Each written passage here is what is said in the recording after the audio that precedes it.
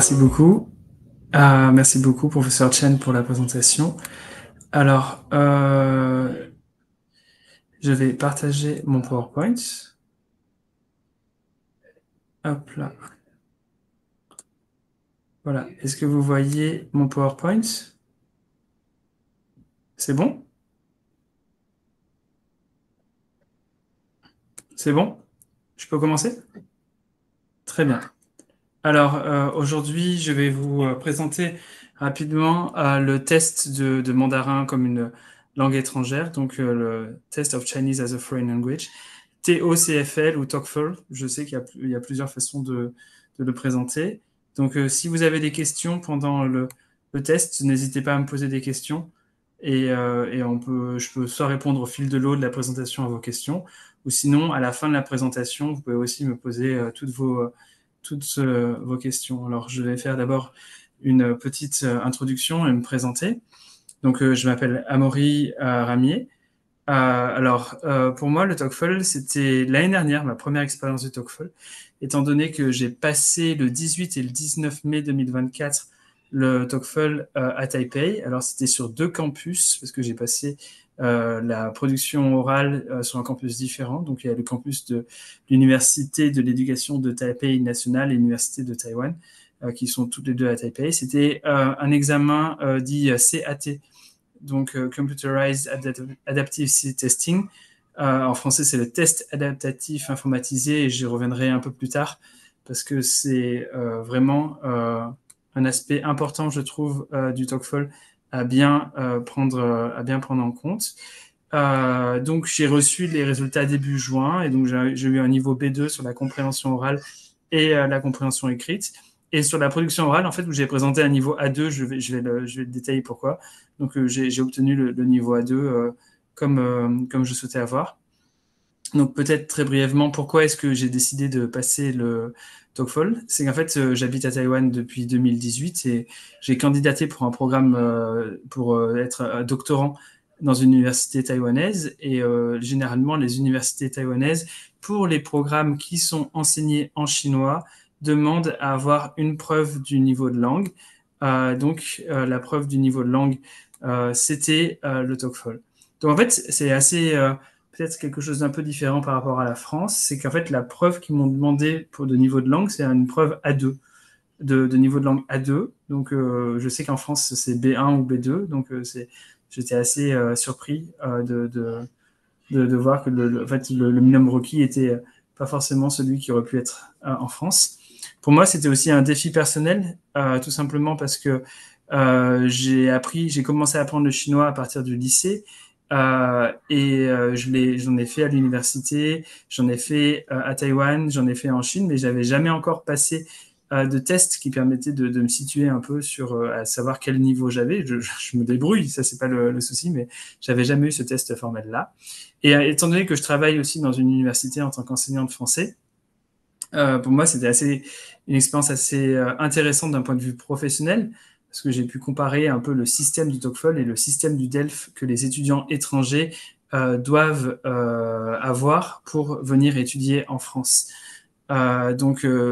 Certaines de mes remarques à la suite de cette présentation sont par rapport en fait à cette comparaison un peu intéressante entre le TOEFL et le DELF qui peut y avoir. Voilà. Alors, mon apprentissage du mandarin, comme je l'ai brièvement dit, j'ai commencé le mandarin comme langue vivante, 3e langue vivante au lycée, et c'était via le CNED.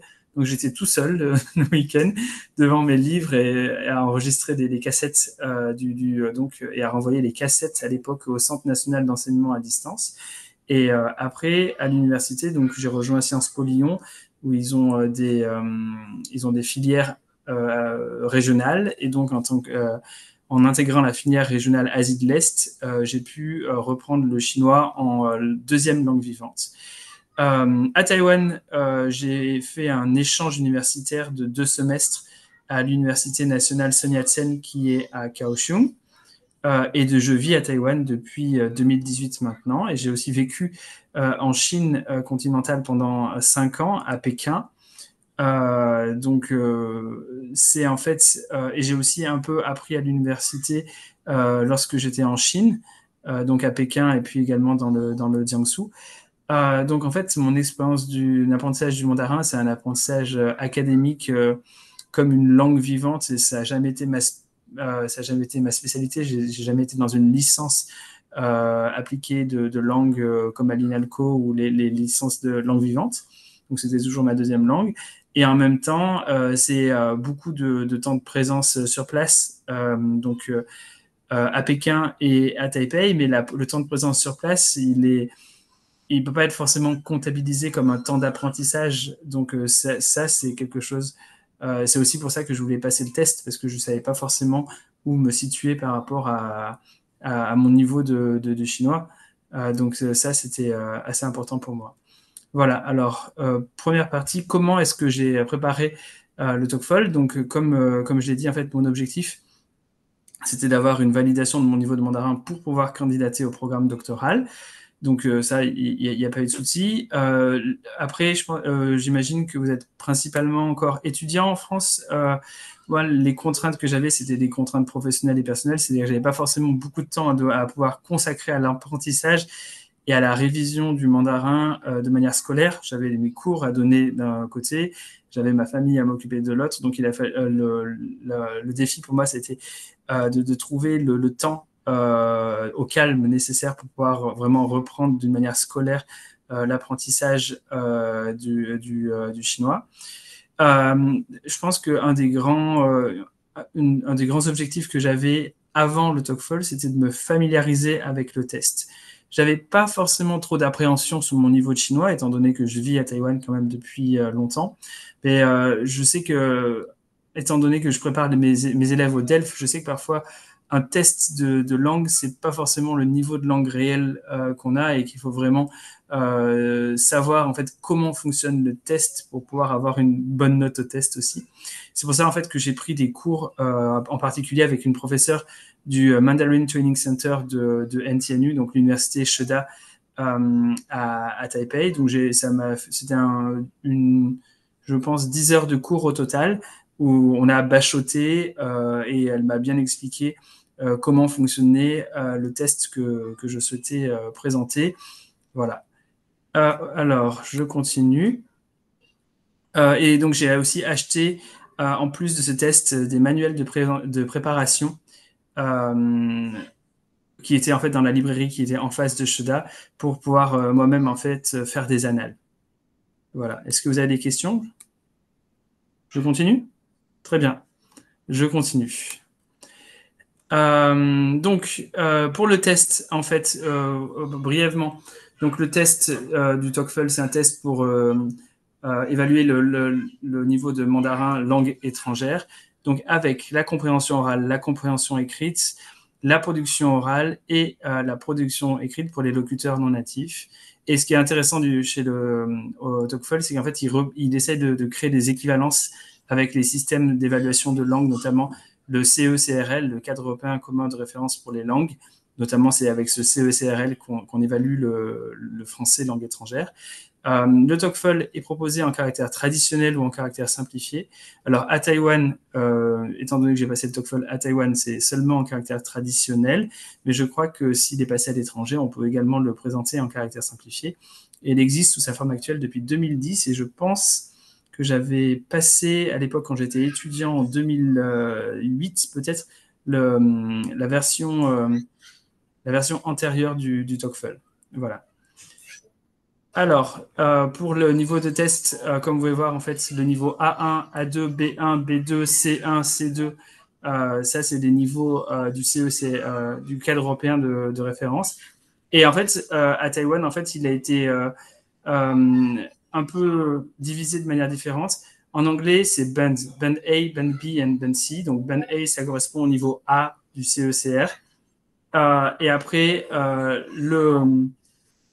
donc, du coup, pour le niveau 2 et le niveau 3, le niveau 2, c'est le band B, donc le grade B, et le niveau 3, le grade C. Donc ça, c'est assez classique techniquement pour un niveau de test. Donc, à quoi correspondent ces niveaux? Au niveau du grade A, c'est vraiment des discussions simples du quotidien, c'est-à-dire que je trouve qu'il n'y a pas forcément beaucoup de défis, notamment pour les étudiants qui ont déjà été sur place en échange universitaire en Chine ou à Taïwan, c'est vraiment pas un problème. Le grade B, c'est des situations sociales qui sont déjà un peu plus complexes, donc c'est un peu plus, c'est un niveau supérieur. Et le grade C, je trouve qu'il y a vraiment un palier entre le grade B et le grade C, où le grade C, il faut vraiment avoir la maîtrise de la langue classique ou de la langue scientifique, des articles un peu plus scientifiques avec du jargon technique, et notamment bien maîtriser tous les Chingu. Voilà. Hop là. Alors, comme j'ai dit, le test, en fait, il est évalué, il est divisé en 4 tests différents, la compréhension orale et la compréhension écrite, la production orale et la production écrite. Pour le test de compréhension orale et de compréhension écrite, ils peuvent être passés en format papier et sur ordinateur. C'est le test adaptatif dont je vous ai parlé juste avant. Et donc, pour ce test sur ordinateur, la compréhension orale et la compréhension écrite sont fusionnées. Et les tests de production orale et de production écrite ne peuvent être passés que devant l'ordinateur. Alors, je ne suis pas sûr qu'on puisse les passer en France, ces deux derniers, le test de production orale et production écrite. Mais c'était pour moi un grand défi de passer un peu le test de production orale devant un ordinateur, et ça peut surprendre, et j'y reviendrai un peu plus tard. Voilà. Donc, je voulais vous présenter, m'attarder un peu sur le test adaptatif informatisé, donc, qui permet d'évaluer la compréhension orale et la compréhension écrite, parce que j'imagine que dans le futur, c'est le test qui sera de plus en plus répandu. Et donc, ce test, en fait, ce qui est vraiment particulier, c'est que, premièrement, le candidat n'a pas besoin de sélectionner son niveau au cours de l'inscription. C'est pas comme en français, lorsque on va présenter un DELF B1, on sélectionne B1 pour présenter et pour avoir des questions de niveau B1. Car en fait, l'ordinateur va évaluer, le logiciel et l'algorithme vont évaluer les compétences du candidat et sélectionner au fur et à mesure les questions du texte en fonction de la réponse du candidat aux questions précédentes. Donc, plus un candidat a de bonnes réponses, plus les questions qui vont suivre vont être difficiles. Et à l'inverse, plus un candidat a des réponses qui ne sont pas bonnes, plus la question suivante va être facile. Et c'est en fonction, en fait, du nombre de réponses positives et du nombre de réponses négatives que la note va être attribuée par la suite. Et donc, c'est environ un temps de réponse de 60 minutes. Autre chose qui peut être très différente avec la version papier, c'est qu'en fait, on ne peut pas revenir en arrière, c'est-à-dire que sur l'écran, il va s'afficher la question, il va avoir un temps assez limité, 10 secondes de mémoire pour répondre à la question, et après, la question suivante arrive, et on ne peut pas revenir sur la question précédente. C'est-à-dire que si on a le cerveau scindé en deux, et qu'on s'est dit « Ah zut, je me suis trompé sur la question précédente, je voudrais changer la réponse », c'est plus possible. Voilà. Donc, l'épreuve de compréhension orale donc celle-là, dans le cadre du CAT, se compose en fait de 4 types de réponses pour le grade A ou band A. Des descriptions d'images, c'est-à-dire qu'on a une image et plusieurs descriptions auxquelles il faut associer l'image.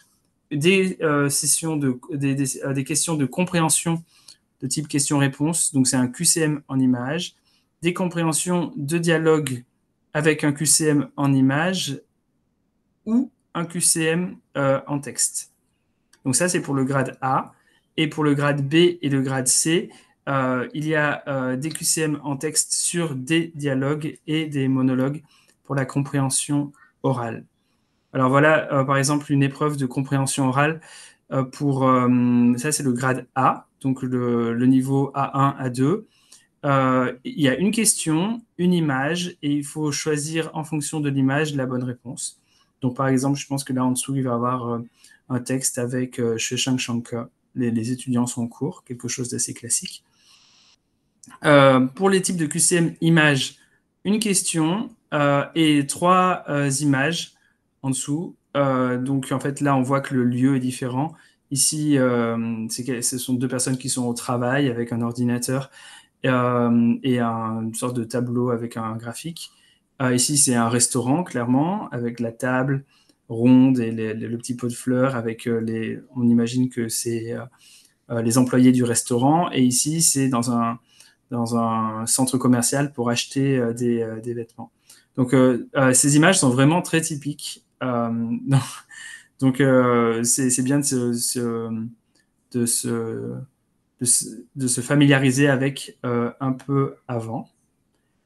Donc, troisième type de question, un dialogue avec pareil des images en QCM. Il faut choisir donc si c'est un pull, une chemise ou une doudoune. Donc, ça veut dire que dans le dialogue, à un moment donné, on va entendre Waita, si c'est la réponse C, et il faudra en fait choisir la réponse C. Il peut y avoir des pièges aussi. Hein. C'est comme les tests de langue en anglais ou en français. Il peut y avoir parfois des petits pièges dans les questions. Et la dernière question, c'est un dialogue avec 4 phrases à répondre en chinois. Donc, en fait, il faut choisir ici si, en fait, c'est un endroit bruyant, si les gens ne sont pas nombreux dans cet endroit, si c'est un endroit avec un bon environnement ou si le paysage est joli. Donc, en fonction du dialogue. Voilà. Est-ce que vous avez des questions jusqu'à présent? Pas de questions? Très bien alors, je continue. Donc, l'épreuve de compréhension écrite, globalement, c'est la même chose. On a des compréhensions de phrases, des descriptions d'images, des textes à trous, des remplissages de paragraphes et de la compréhension écrite sur le grade A. Sur le grade B, on a des textes à trous et de la compréhension écrite. Et sur le grade C, des textes à trous et de la compréhension écrite également sur 60 minutes. Je voulais revenir un peu sur le grade A, c'est assez simple. Par exemple, ici, il faut lire la phrase. Donc, le verre de lait est à moitié plein. Donc, A, B, C. Quel est le verre de lait à moitié plein? Généralement, les images sont assez fidèles au texte. Donc, il n'y a pas trop de marge d'interprétation possible. Donc, ça, c'est sur le grade A. Ou le texte à trous. Donc, ici, par exemple, pour la première question, Monsieur Zhang, elle allait manger justement au restaurant français. Donc en fait ici les verbes c'est l'invite, lui offre ou achète. Et donc ici ce sera bien sûr Qing, Zheng Shensheng Qing ta chi fa guo cai. Donc ça c'est, j'ai pas trouvé ça très compliqué. Plus compliqué je trouve c'est au niveau du grade B. On a des textes qui sont plus fournis en compréhension écrite. Donc, il faut aussi également faire attention et pouvoir lire de manière assez rapide. Je donnerai plus de conseils dans un second temps de ma présentation. Donc, production orale, des questions d'échauffement, des questions-réponses, des descriptions d'expérience, des descriptions de vidéos. Pour ma part, j'ai passé le grade A. Donc là, c'est hors du test adaptatif. Donc, j'avais besoin du grade A. Donc, j'ai passé le grade A. Donc, une question très simple en vidéo. Quel est l'endroit le plus intéressant que vous avez visité? Donc, je pense que c'est le même monsieur qui pose toutes les questions pour les vidéos. Donc, il faut répondre en s'enregistrant à cette question. Et après, il y a la deuxième type de question, c'est une vidéo. Il faut résumer ce qui se passe dans cette vidéo. Donc, on regarde d'abord la vidéo, et puis après, il faut résumer en chinois tout ce qui se passe dans la vidéo. Production écrite, donc grade A, c'est la description d'image ou la rédaction de lettres. Et grade B, c'est rédaction de lettres et présentation de points de vue. Donc ça, c'est une partie que personnellement, je n'ai pas passée, mais c'est, je pense, assez classique. Donc, quelques images et l'étudiant doit taper à l'ordinateur les réponses. Donc, il n'y a pas d'écriture manuscrite à ce niveau-là pour la production écrite. Donc, pour les notes, donc en fait, les notes qui vont être attribuées, elles vont être attribuées sur 700 et en fonction de la note sur 700, il y a les paliers qui font référence à l'équivalence CE-CRL. Donc, par exemple, pour une note de 550, à partir de 555 en compréhension orale, on est sur du B2 et à partir de 570 en compréhension écrite, on est également sur du B2. Le relevé de notes est envoyé un peu plus tard. Alors, par contre, notamment pour les étudiants qui vont avoir besoin de cette preuve du niveau de langue. Faire bien attention quand vous candidatez, quand vous payez vos frais d'inscription pour le TOEFL à la date de réception de vos résultats, qui arrive, je crois, 6 semaines après, 7 semaines après. Donc, il ne faut pas être trop pressé pour avoir les résultats. Et ce, même si c'est un test automatique et informatisé. Et techniquement, les notes doivent être assez faciles, assez rapides à pouvoir obtenir, vu qu'il n'y a pas de correction manuelle pour la compréhension, en tout cas. Conseil par rapport au test adaptatif informatisé, ça me paraît important, c'est de se familiariser avec les plusieurs grades en même temps. Parce qu'en fait, si vous pensez que vous allez avoir A1, A2, les premières questions que vous allez avoir vont être A1, A2, et puis très rapidement, si vous avez un bon niveau A2, les questions vont être de plus en plus compliquées et vont arriver sur le niveau B, B1, B2. Et, par exemple, moi, j'ai eu un B2, mais les questions que j'ai eues lors du test, c'était des questions C1, C2, avec de la littérature chinoise, des Changyu. J'étais vraiment un peu déprimé quand j'ai passé le test. Mais c'était bon signe, en fait, ça veut dire que le niveau B était déjà acquis, et donc, du coup, l'algorithme testait un niveau supérieur. Attention à la maîtrise du temps, il faut être très réactif sur les questions. Ça peut être assez rapide. C'est pas possible de revenir en arrière, comme je dis, et surtout, c'est impossible de sortir de la salle d'examen, étant donné que c'est sur ordinateur et que le logiciel tourne, l'algorithme tourne au moment où vous passez le test. Pour les conseils de préparation pour la compréhension orale, je pense qu'il faut se préparer à minima, pareil pour le grade A, et mais aussi voir un peu pour le grade B. Si vous préparez le grade B, se préparer un peu pour le grade C. Ce que je conseillerais ici, c'est de faire des exercices et des annales de TOEFL. Le style des questions peut être un peu différent des manuels de mandarin avec lesquels vous étudiez en France, notamment si c'est des manuels qui proviennent de Chine continentale. Il faut, je pense, juste être conscient de ça. Et moi, en fait, c'était même différent de ce que je connaissais. C'est-à-dire que c'est un chinois qui est beaucoup plus standard que le chinois qui est utilisé dans la vie de tous les jours à Taïwan. Donc, il peut y avoir une petite différence entre le chinois qu'on entend à Taïwan et le chinois de l'examen. Et il s'agit de documents, c'est pas des documents pris dans la... on appelle, ce sont des documents semi-authentiques, donc qui reproduisent une conversation, mais c'est pas vraiment une conversation telle qu'elle se produirait dans la réalité, dans la vie de tous les jours. Les conseils de préparation pour la compréhension écrite, donc pareil, se préparer à plusieurs grades, étant donné que ça peut aller plus haut ou plus bas. Faire des annales, ça me permet de se familiariser avec les types de questions, de ne pas être surpris, de voir qu'il peut y avoir parfois des pièges dans les intitulés, et ça permet en fait d'optimiser en fait son résultat par rapport à son niveau de langue.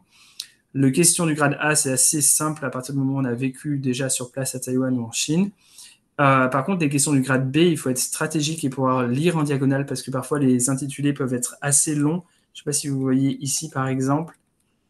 On ne va pas forcément tout lire du premier caractère tout en haut à gauche au dernier caractère tout en bas à droite. Il faut peut-être souvent lire la question avant pour savoir quelle information va être demandée dans la question pour pouvoir y revenir.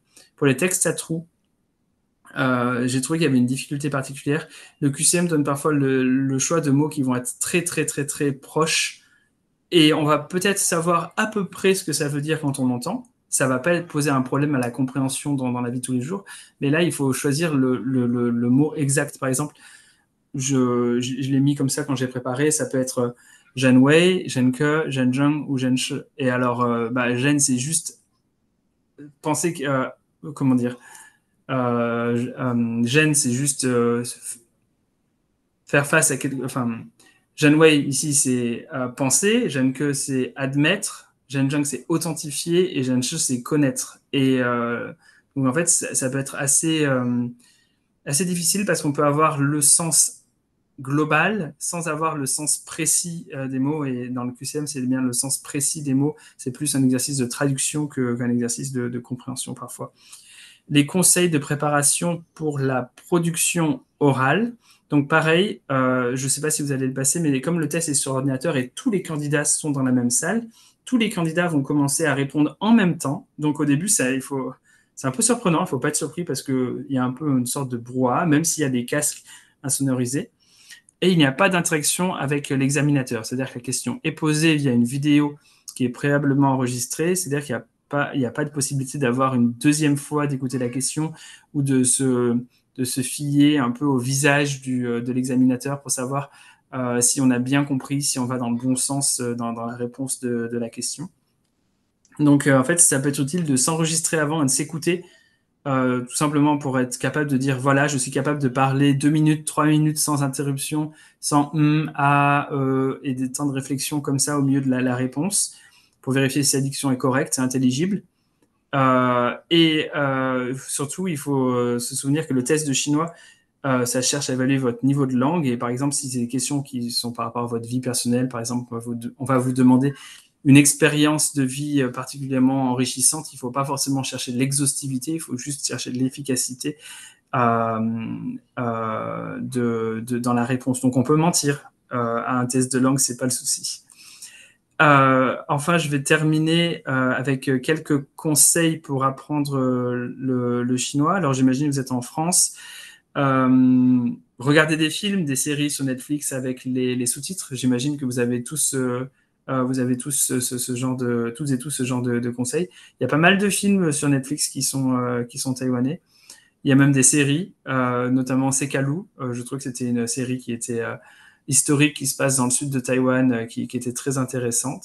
Après, faire des échanges linguistiques et écrire des caractères chinois, ça, c'est des conseils un peu classiques. Et je dois avouer, en fait, mon expérience, elle est assez ancienne par rapport à cette partie-là en France. Mais si vous avez l'expérience d'être sur place à Taïwan, on n'y pense pas forcément, mais allez dans les bibliothèques et lisez les livres d'enfants. Les livres d'enfants à Taïwan ont l'avantage d'avoir le bopomofo qui est écrit à côté. Donc à partir du moment où on connaît le bopomofo, on peut déchiffrer. Et pour toute la partie compréhension, étant donné qu'il y a l'image, c'est quand même plus simple de l'image et l'illustration du livre d'enfant permettent de mieux comprendre le chinois. Donc je trouve que c'est une approche intéressante. Essayez de déchiffrer toutes les étiquettes, tous les panneaux que vous voyez dans la rue. Et alors ça, c'est si vous préparez un échange universitaire à Taïwan, n'hésitez pas à vous inscrire dans les cours de traduction de la faculté de français de votre université d'accueil. Par exemple, vous allez apprendre le chinois à Taïwan, mais si votre université d'accueil a une faculté de français, il propose des cours de traduction français-chinois, chinois-français, et c'est un bon moyen, je trouve, pour améliorer son niveau de chinois, participer aussi à des camps linguistiques, mais ça, c'est un conseil qui est plus classique. Voilà.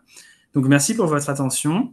En fait, il y a le lien en dessous avec la brochure en français du TOEFL que vous avez déjà peut-être vu sur le site du bureau de la représentation de Taipei en France. Ça peut être très utile si vous voulez avoir des informations détaillées. Voilà. Alors, maintenant, je vais voir si vous avez des questions.